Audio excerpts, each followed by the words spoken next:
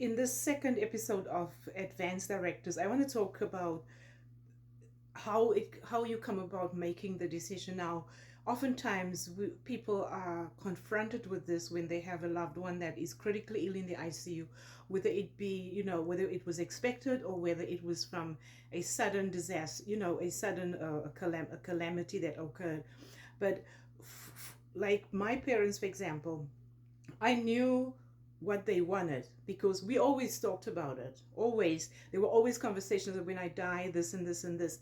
And even though we were brought up in the Anglican church, we were not, we were secular religious. My sisters, of course, they are more deeply into religion than I am. However, the the conversation has to start from somewhere. If you have knowledge about it, you should bring it up with your parents.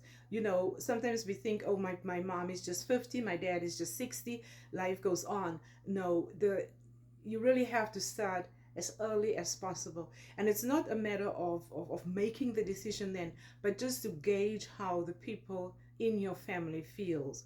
I know that religion plays a big role when people make decisions about advanced directives. But if you say, for example, you're sitting on a Friday night and having a drink, or you have the family over and you talk about so and so that has passed, Aunt Hedda that passed 50, 25 years ago, and everything was such a mess. That's an excellent opportunity to talk about advanced directives without pushing it on people. You're just planting the seed, and the more you talk about it, the more people will be open.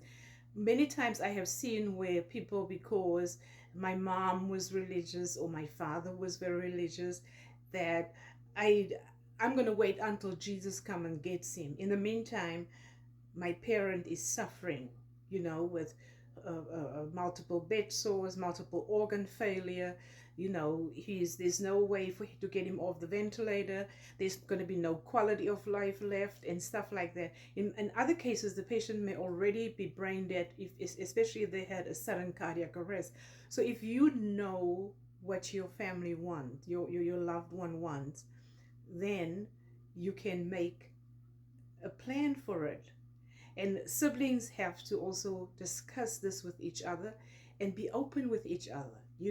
In most cases, the parents will choose the most sensible child and say, okay, I want him to be my medical power of attorney. And another thing I want to touch very briefly on is, do not make your medical and financial power of attorney the same people. We will talk about that next time.